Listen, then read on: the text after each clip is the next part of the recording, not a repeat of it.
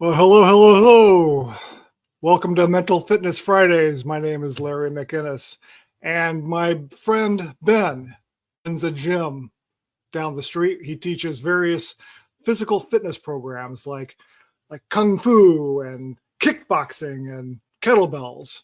Now, Ben provides strength training, but he also gives his students the skills and confidence needed to defend themselves against physical attack. All right, enough about Ben. I run a gym where I teach a mental fitness program, and my students develop the ability to respond to life's challenges with a positive rather than a negative mindset. Now, this mental fitness impacts your peak performance, your peace of mind and happiness, and your healthy relationships. So physical fitness delivers what everybody wants. They want strength, endurance, and a body to show off at the beach. Mental fitness develops the other thing that everybody wants: a good, happy, long life. So Ben teaches Kung Fu. I teach positive intelligence, or PQ. And what makes PQ so powerful is its simplicity. That simplicity comes to us through factor analysis, and factor analysis is this method of finding the root causes of complex systems. Now, for example, the human eye can detect about 10 million colors. Factor analysis finds that the colors red, blue, and green are the root causes that make up those 10 million colors. Factor analysis breaks down the neuroscience of mental fitness for us. So factor analysis research shows that we all have only 10 neural networks that sabotage ourselves. Only one neural network that acts as your wise sage, and this wise sage only has 5 powers.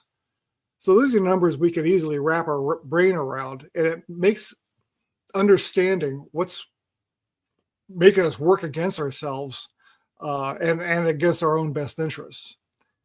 But it also helps us understand how to best work toward what we want. So in the simplest terms, is this 3-step plan to get you what you want. First is to intercept the saboteurs. Second is to switch from saboteur mode to sage mode. And the third is to embrace the sage perspective. So we're going to start with the saboteurs. The prime saboteur is the judge. And everybody has this. This one works in 3 different ways. It's like how we judge ourselves, how we judge others, and how we judge situations. And we'll hear a voice in our heads like, Larry, you freaking idiot. Why did you have to say that stupid thing yesterday? And another one would be like, there goes my crazy neighbor again doing that stupid thing. And then the most insidious one probably is, I'll finally be happy when I get the girl, get the job, get the raise, get the car, whatever. Now, here's the kicker. If we only had the judge, the sage could fight it off pretty easily. But the thing is, the sage does not fight fair. The judge does not fight fair. The judge has accomplices, and these accomplices show up as the controller, the hyperachiever, the restless, the stickler, the pleaser, the hypervigilant, the avoider, the victim. It's kind of my favorite. I had this one for years and years. And then finally, last but not least, the hyper-rational. So do any of these names strike a chord with you? And if they do, go ahead, put it in the chat. Now, the judge circles these accomplice saboteurs around and gangs up on your sage. And when those saboteurs hijack you, you know it. You get this feeling, like this ickiness, like fear or stress or anger or guilt or shame, insecurity. And then you'll be driven to take action based on those feelings. And honestly, those feelings are not good places from which to take action. Now, on the flip side, the sage drives you with its 5 sage powers. And those powers are empathy, curiosity, creativity,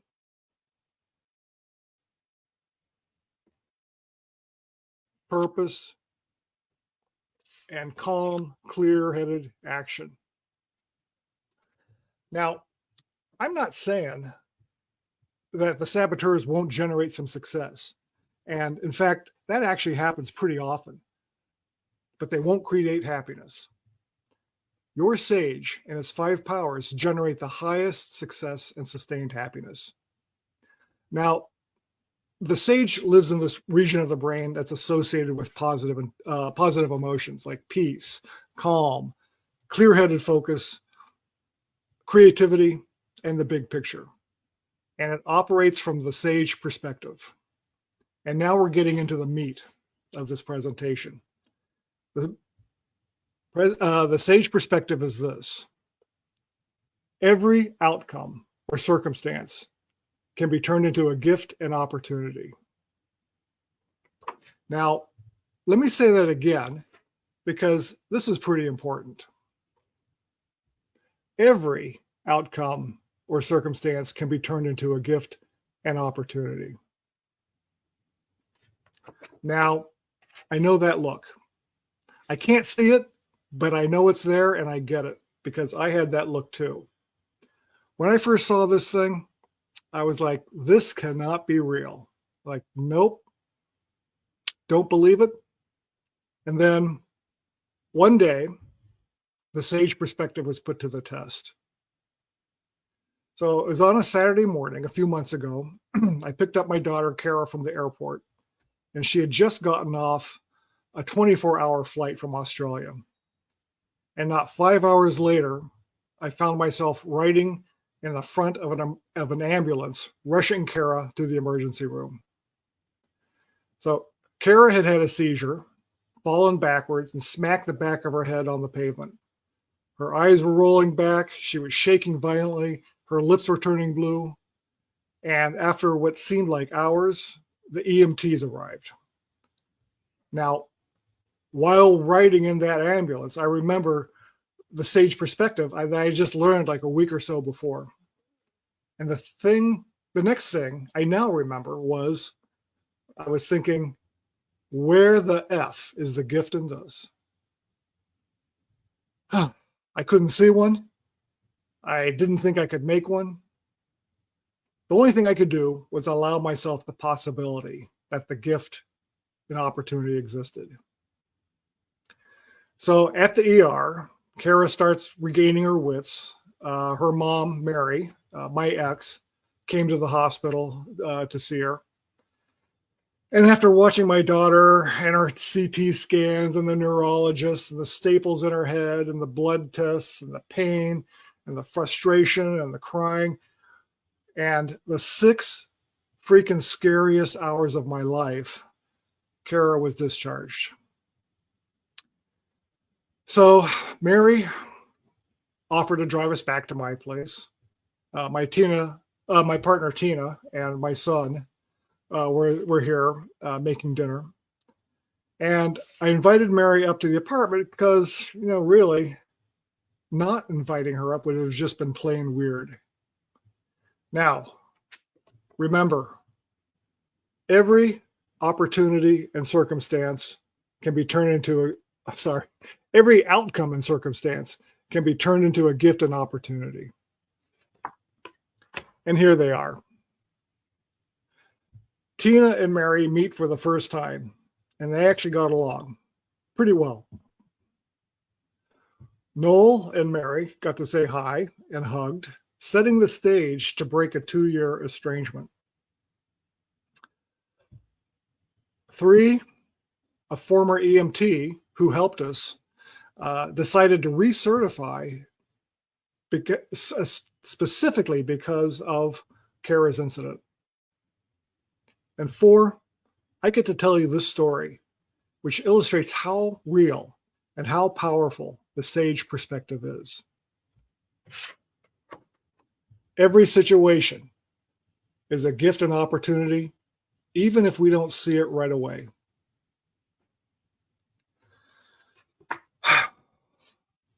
So, telling that story always brings up emotion for me. And maybe it brought up something in you too. So, let's do a quick exercise. Rub 2 fingertips together and close your eyes. And now apply such fine attention that you can feel the fingertip ridges.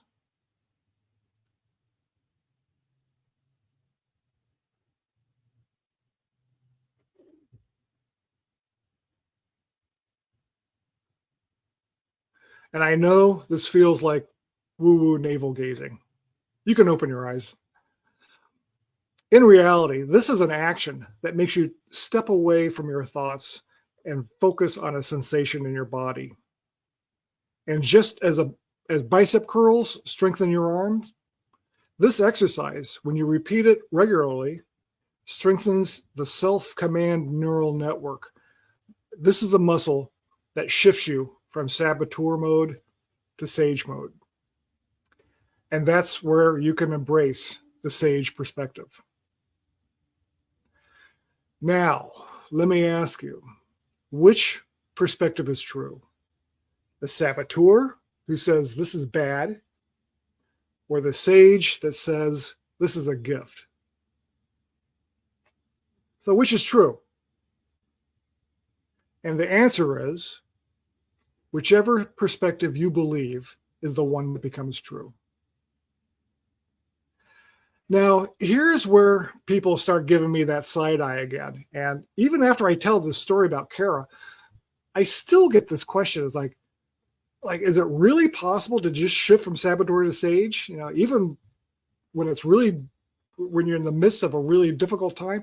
Well, I just showed you that it's possible to shift, even while sitting in a speeding ambulance, moving against oncoming traffic. Shifting from saboteur to sage allows us to take that 10,000-foot view and see problems and situations more objectively. Shifting from saboteur to sage can move us from paralyzing dread to inspired action. Shifting from saboteur to sage allows us to build communities of collective wisdom. And the path of wisdom exists if we build our mental fitness. So here's your assignment. Keep one eye open for negative thoughts and feelings, because they will come. And that's a saboteur. Catch it red-handed and call it out. 2, shift from saboteur mode to sage mode by doing the fingertip exercises for 10 seconds. And 3, assume that every situation, even the negative ones, is a gift and opportunity. So, with that, being physically fit is awesome. Being mentally fit, as well as physically fit, makes you a freaking powerhouse. Now, if I said anything that strikes a chord in you, or if you have a question, put it in the chat. And if you're interested in learning about how to participate in my mental fitness program, DM me. All right, folks. Thanks so much. I will see you next week.